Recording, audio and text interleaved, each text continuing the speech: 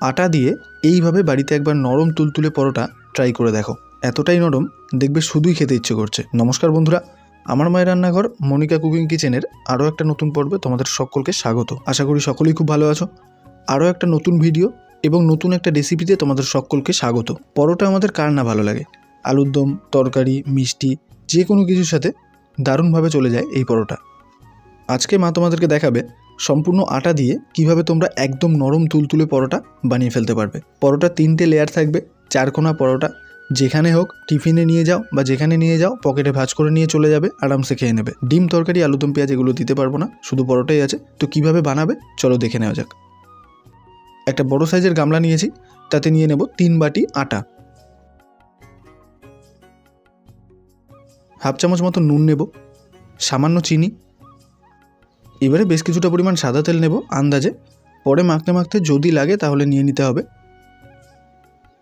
এবারে আটাতে ময়মটা দিয়ে নেব। লুচি বলো বা পরোটা, সেটা ফোলা বা নরম হওয়া পুরোটাই নির্ভর করে এই ময়মের ওপর, তাই ময়মটা খুব সুন্দরভাবে দিতে হবে।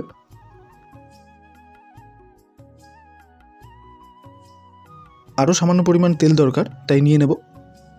পুনরায় আবারও আটাতে ময়ম দেওয়া শুরু করব। এবারে ফাইনালি ময়মটা দিয়ে নেব।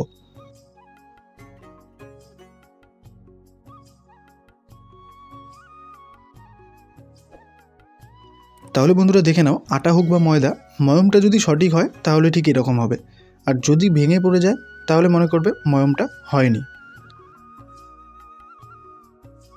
এবারে আগে থেকেই করে রাখা উষ্ণ গরম জল দিয়ে আটাটাকে মেখে নেব। অল্প অল্প করে জল দেব আর মাখবো, আর ডোটা কিন্তু নরম হতে হবে।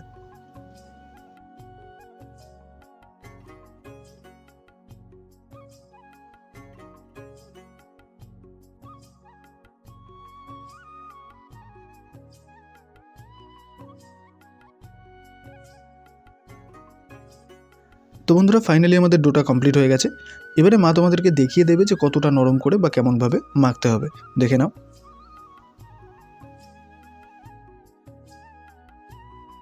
এবারে ডোটাকে 3টে টুকরো করে নিয়েছি, তার থেকে লেচি কেটে নেব। এরকমভাবে সব কটা লেচি কেটে নিয়ে আমরা ফিরে আসছি।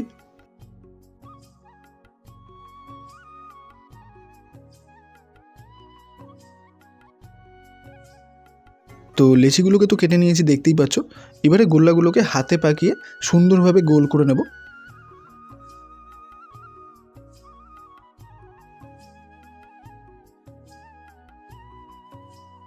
তো বন্ধুরা দেখতেই পাচ্ছ প্রত্যেকটা গোল্লা কিন্তু একদম দারুণভাবে রেডি। এবারে চলে আসলাম বেলুন পিঁড়িতে, গোল্লাগুলোকে বেলে নেব। তার জন্য সামান্য পরিমাণ আটা দিয়ে দিলাম পিঁড়িতে। এবারে ওই আটার ওপরে একটা গোল্লা নিয়ে হাত দিয়ে চেপে একটু চ্যাপটা করে নেব, যাতে বেলতে সুবিধা হয়। আর আটা দেওয়ার কারণ হলো বেলার সময় যাতে নিচে লেগে না যায়। এবারে গোল্লাটাকে বেলে নেব। তো মা গোল্লাটাকে কীরকমভাবে বেলে নিচ্ছে সেটা দেখে নাও।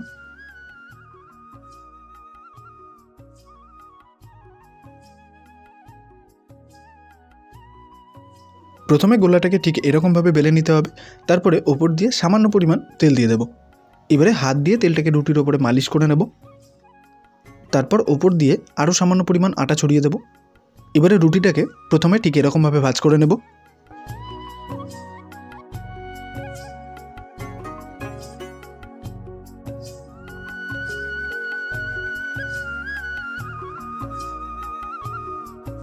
তারপর ভাঁজ করা এই রুটিটাকে বেলে নেব।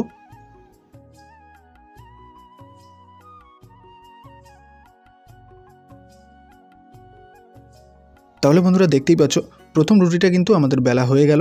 তবে বন্ধুরা মাথায় রাখতে হবে রুটিটাকে কিন্তু একটু মোটা করতে হবে, মানে একদম পাতলা করে ফেললে কিন্তু হবে না।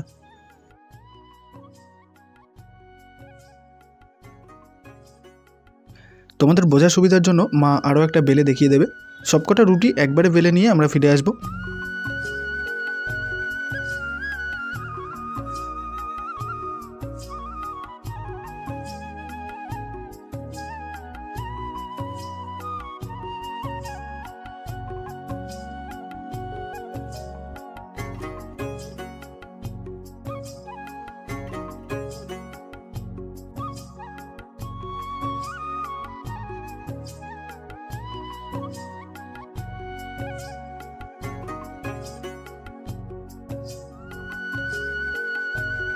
তাহলে বন্ধুরা এবারে চলে এলাম ওভেনে। প্রথম রুটিটাকে আমরা তাওয়াতে দিয়ে দেবো, মানে প্রথম পরোটাটা আমরা ভেজে নেব।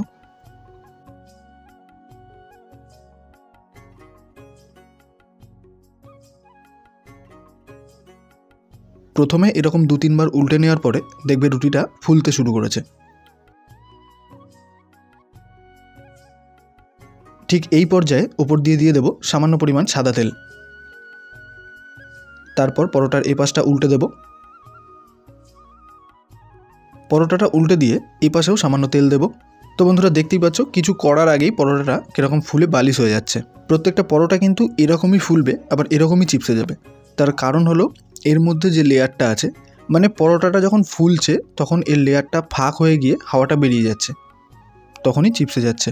তারপর পরোটাটাকে উল্টে পাল্টে লাল করে ভেজে নিলেই তৈরি হয়ে গেল আমাদের প্রথম পরোটা।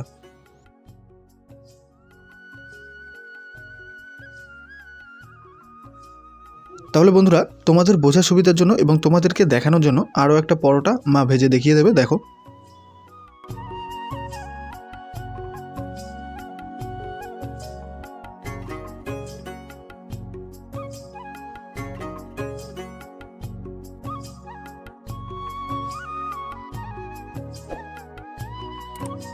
তো বন্ধুরা ফাইনালি আমাদের প্রত্যেকটা পরোটাই ভাজা হয়ে গেছে।